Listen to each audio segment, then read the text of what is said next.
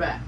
Today, I don't really know what we're going to get done. I don't know that we're going to get a whole lot done this weekend. I'm not going to lie to you guys. I'm going to have to figure out a better method for doing this stuff because I'd be lying to you if I said I have every single day of every weekend available to work on this stuff and make videos every week to put out. I wish I did, but my weekends aren't just as available as possible. I wish they were.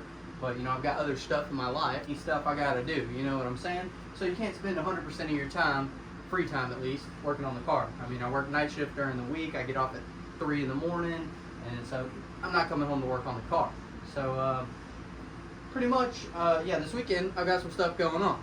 But today, I do have a Trailblazer SS intake that I just picked up on Facebook Marketplace. So, that's pretty cool. Paid 150 bucks for that. So, you know, that's kind of budget, if you will. 150 bucks, and it should be a little better performance than this intake. But the biggest thing for me was this intake has that EGR and all that. I don't want to deal with, you know, you can get a block off and all that, but this intake looks a whole lot better. It performs a little bit better. It doesn't have the EGR. There was a couple benefits, and to be honest, it was 150 bucks, so I just went and bought it. I can probably get most of my money back out of that one. I do have to get a fuel rail for it because it didn't come with a fuel rail, and it didn't come with injectors, but that's okay because I already planned on buying the 50-pound flex fuel injectors. Most likely. That's most likely the injector we'll end up with. But, so I do have to get the Gen 4 fuel rails for it, or TBSS fuel rails, whatever's easier. But it's probably easier just to find some normal Gen 4 fuel rails because they fit. But, anyways, as you saw in the last video, we have the engine in, we have the transmission in. They're both just mocked up. We got to pull the motor back out to regasket it. I do have to go pick up a flex plate from my buddy. It's a 4L80 flex plate. So in the last video, there was I had some confusion about the whole flex plate situation. But to clear the air, I have a 4L60E flex plate here that was on the back of this motor. And the two of the bolt holes will line up with a turbo 400 converter. But the third bolt hole, you have to like oblong out with a Dremel or something to make it fit. Well, I have a very kind buddy of mine who's going to let me get a 4L80 flex plate from him, so I'm going to go get that later on, and that should bolt directly up to our turbo 400 converter. If we don't make a lot of progress this weekend, I'm super sorry, but I just want to say I'm super thankful that you guys are watching the videos. Thankful for those people that are commenting. You know, I'm just thankful that you guys are watching and enjoying the content. And with that being said, I did say in the last video I would like to have it running by LSS. Honestly, I really don't think that's going to happen. I'd really have to be pulling 100%. And like I said earlier in the video a few minutes ago, I don't have 100% of my free time available to devote to this all the time. I wish I did, but I just don't. That's not how life works, unfortunately. Everybody knows they would love to spend all their time working on these junkers, but it's just not life. Okay, so today we're back, and I got that Trailblazer SS intake like I mentioned in the beginning. I know I repeat myself all the time. I'm working on it. But we're on a camera now. I don't know if it looks bad or good. If it looks bad, I'm sorry. It'll be the last time I ever do it. But if it looks good, then we'll keep rolling with it. But I had to pick up a fuel rail for it, which I'll show you on in a little bit, because the intake did not come with a fuel rail. But I got one off of the new body style Gen 4 motor. It's basically the same thing as a Trailblazer SS intake. But right now, we're about to pull the motor out, pull the transmission out. We're going to work on regasketing the motor. And I got the flex plate, and I know, like I said, there was flex plate confusion going on. Still don't really have the answers for you, but I do have a flex plate that my buddy gave me. Thank you, Payne, very much. But it's a 4L80 flex plate. It comes with the little adapter thingy that I have made into it, which I'll show you all later on. And I'm hoping it's going to work. No guarantees. We'll see. This is a learning process.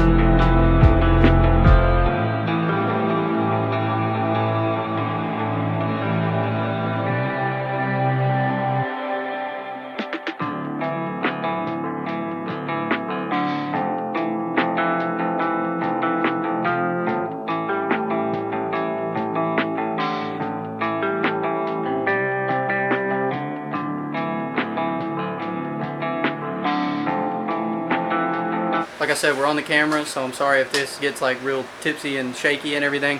First time, so I might not be very good at it. But we got transmission over there in the floor, if you can see. And then we got the motor right here. So we got them both out, cars jacked up, all types of crazy. But we're about to let the camera battery charge for a minute because I'm not a YouTuber, like I said, so I didn't come prepared. But got to charge that up for a minute, and then we'll get back with you guys. We're just going to tinker around with it a little bit. So, we let the camera charge for a minute.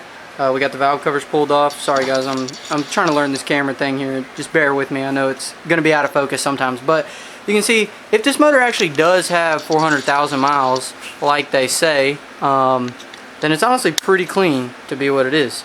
So yeah, I mean, take a good look at it. We got that truck intake on there still. We're going to pull it off, swap our TBSS on, but we still got some more stuff to do.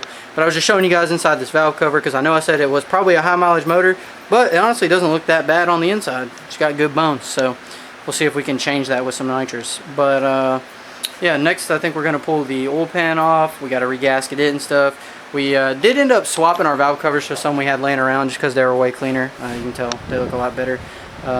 And like I've been saying this whole time, I'm really sorry if this camera sucks, but I'm just learning how to use it. So my movements might be a little notchy. I might be a little too close. I don't have 0.5 on this thing like a cell phone. But yeah, that's about it for now. I just wanted to show you guys inside that valve cover and show you the valve covers that we decided to throw on it. Which these are all spare parts, so it's not like this isn't budget. I mean, literally, if you have junkyard valve covers and you just clean them good enough, this was a set that just already had some cleaning put into them. So still budget.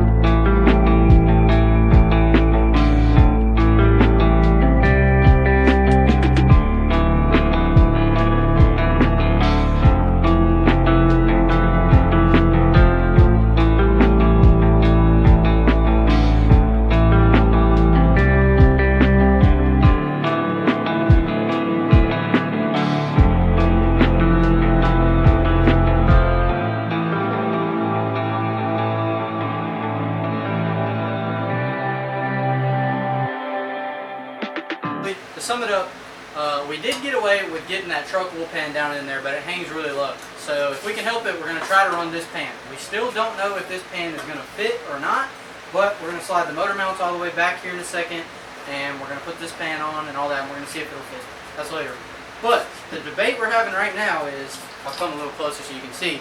We have these two O-rings here, and one of these is a little more like less of a O, like a O-shaped, typical O-ring. Get in focus. But we're just debating on which one we're going to use, and we couldn't find a new one of these at the parts store. We can only find some of these at the parts store. So now I have two of these, and I have a used one of these.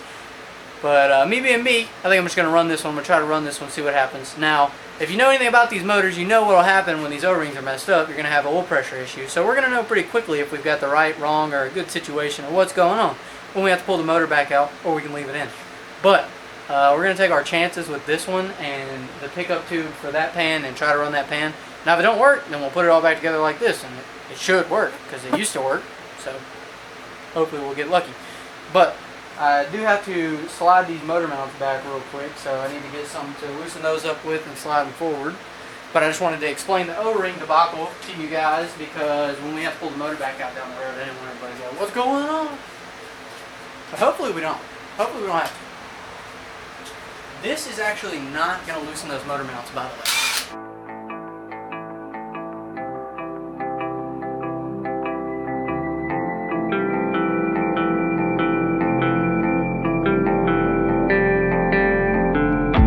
This new camera and tripod setup, you guys can really get an angle of me wrenching. I don't have to have someone like pick up a camera whenever we're not working, and whenever I can explain something, I could just start throwing up the wrench cam, you know what I'm saying? But if you guys can't tell, we don't really work at the fastest pace around here. We kind of work at a leisurely, you know, just getting some stuff done kind of pace around here. We're not the fastest workers. If we wanted to be, we could, but we don't. But when the time comes, we get down to it. But you can tell, we haven't really just been busting chops. We've been getting stuff done.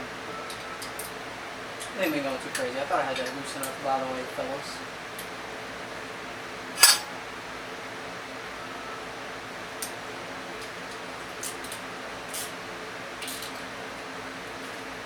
So the reason we're doing this is because there's no way in Jehovah's name that bad boy was fitting on there, that this oil pan was going to fit in there with those motor mounts slid all the way forward, because this is it's less deep, but it comes farther forward, so it can hold the same amount of oil, I guess. Don't quote me, I'm not a scientist. But that is how you strip a bolt and rip the skin off your finger. Anyways, I'm not a scientist, so don't quote me, but yeah, so this sump comes a lot farther forward, so it would hit that cross member. But hopefully with them slid back, we'll see.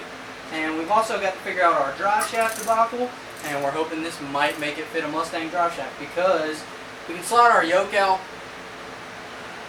a little bit farther than we had it, and also we just slid these back, I'd say probably 1 3/4 inches. I mean, if you don't know, every one of those on your finger is about 1 inch, folks, so there's you a good reference and measurement. So yeah, it's about 1 3/4 inches, maybe 1.5 inches, a little more, something in that range. We just slid that back, and if we need to, we can get a spacer for the drive shaft. Sorry, I'm having a duck-in frame here because I got it kind of. But yeah, so those are slid now, and we've got to put the pickup tube, which is right here in there, and like I said, we are going to run this O-ring. We're just going to pray. Dude, no focus, it's crazy. We're just going to pray that it clutches up for us, that it wins the 1v1, or whatever you want to call it, you know what I'm saying? We'll get a victory royale out of this O-ring. But yeah, so this is allegedly a CTSV pan. Not for sure. If you want, you can look up this part number for yourself, see what it tells you. But that's what it told me. So that's what I'm going with. Anyways, I keep popping out of frame. I'm sorry, guys. Like I've said a million times, I'm new to the camera thing, so I'm hoping that this is all turning out good. This might be a trash video. I don't even know. Even if it is, I'm still putting it out, because you better bet every Monday on that Boosted Life, you're going to see some content.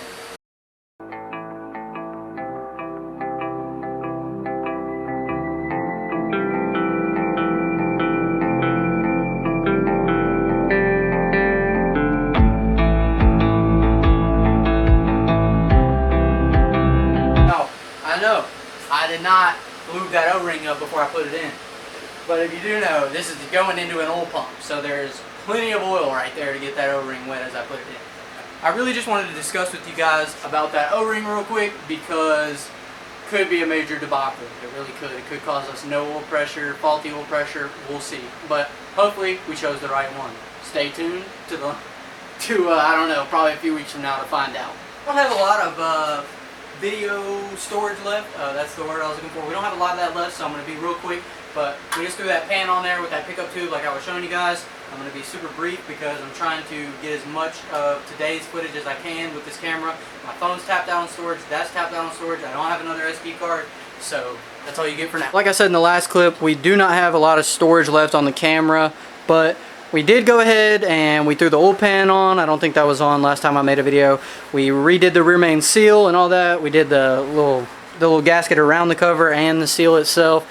And now we got the motor in. We did push those motor mounts all the way back, so we had to do a little massaging on the firewall. Might have to do a little more later. We'll see. But it's good enough for now. We still got to get this off of there. Don't mind that. But we got the intake hole, or the holes taped off on the head so nothing falls down in there while we don't have intake on it. But that's pretty much going to do it for this video. We still got the Turbo 400 laying in the floor there, but I left the flex plate at the house, so I'm going to have to bring that for next weekend.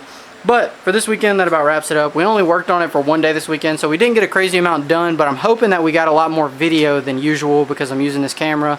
And I took a lot more clips and stuff of us actually working on it and stuff this time. So yeah, let me know what you guys think about using the camera versus the phone. Let me know how you guys like the video, and as always, thank you for watching. Like, comment, subscribe, and we'll see you next time.